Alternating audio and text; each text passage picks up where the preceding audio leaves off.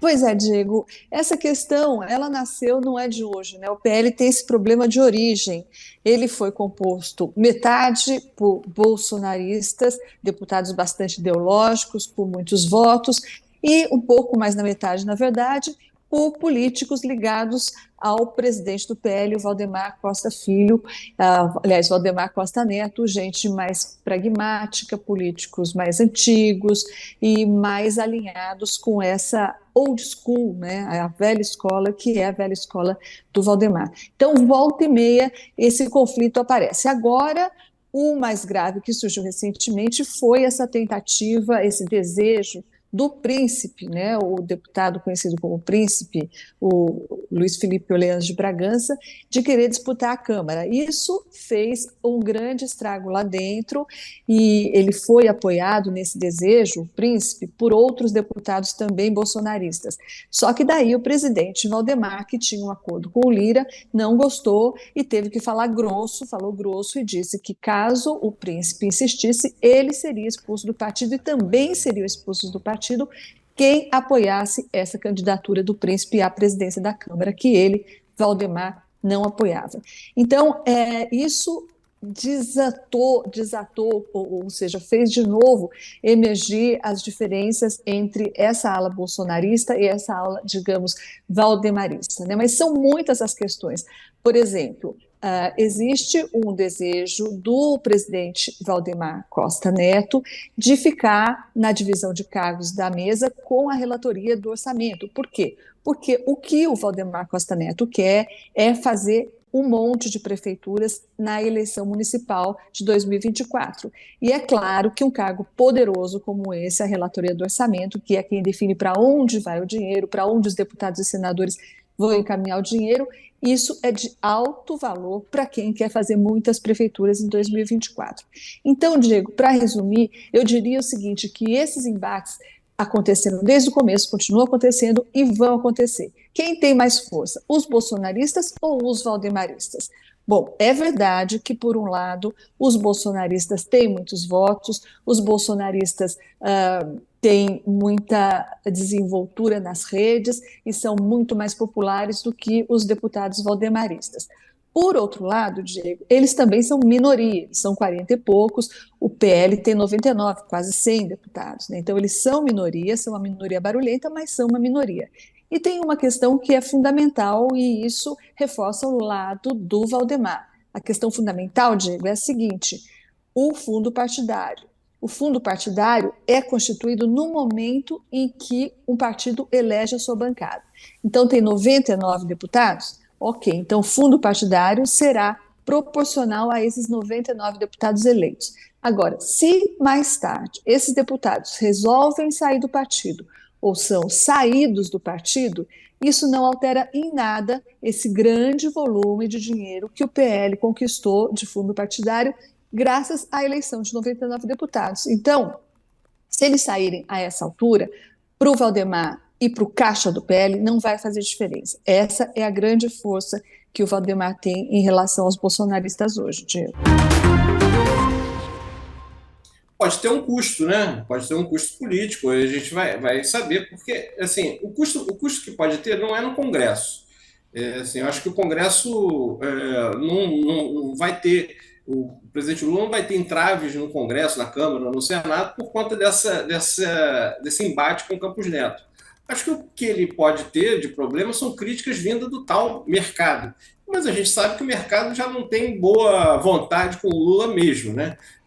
Qualquer coisa que o presidente Lula faça, ele vai receber mesmo pancada. E alguns colegas também de imprensa que seguem essa linha de que os operadores de mercado e banqueiros é que devem dizer o que é melhor para o país. Então, acho que ele vai receber pancada de quem ele sempre recebeu e sempre receberá.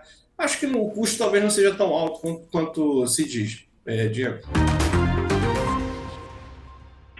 Sim, Diego, eu acho que essa é uma viagem muito importante para ambos os presidentes, tanto o presidente Lula como o presidente Joe Biden, né? Para o Lula, nós vamos ver a reconstrução, que a própria diplomacia brasileira está dizendo, de um papel que o Brasil quer recuperar da sua imagem, da sua importância, da sua capacidade de ação no espaço internacional. Capacidade essa dita pelo governo atual, que foi muito perdida no antigo governo brasileiro e que nós, obviamente, também conseguimos constatar, vendo várias medidas que foram tomadas de isolamento do Brasil.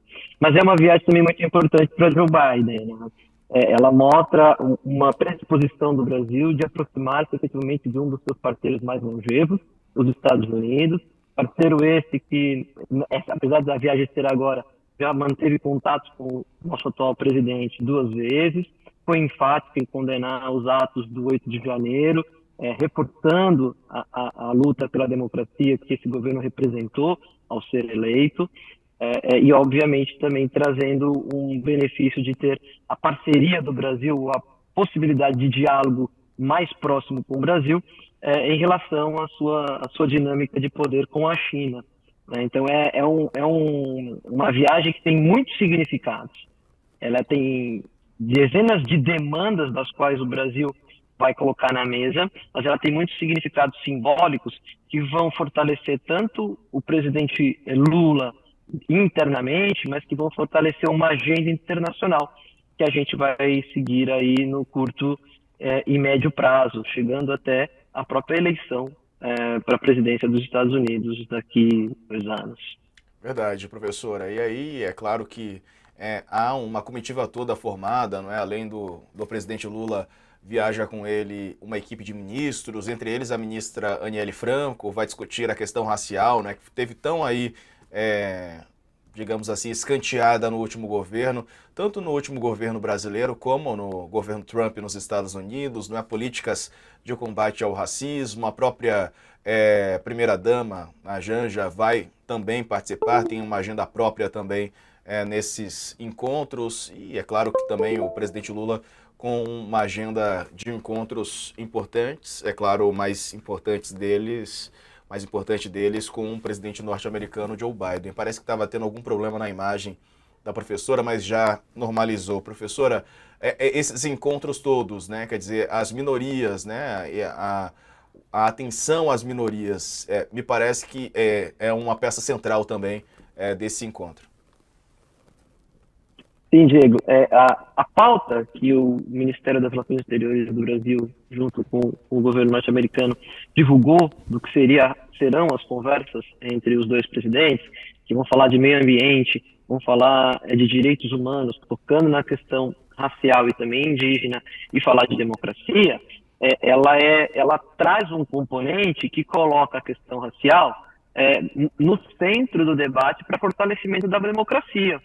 É um tema que foi relegado no nosso governo anterior, no governo Trump, como também você bem disse, e é um tema que, se a gente analisar os processos eleitorais que elegeram Joe Biden e que elegeram Luiz Inácio Lula da Silva, a questão racial, a população negra, a população indígena, as minorias, elas foram um peso muito forte para a construção desse apoio e dar esse respaldo no processo de eleição desses presidentes e, obviamente, na sua pauta de reconstrução da democracia. Qual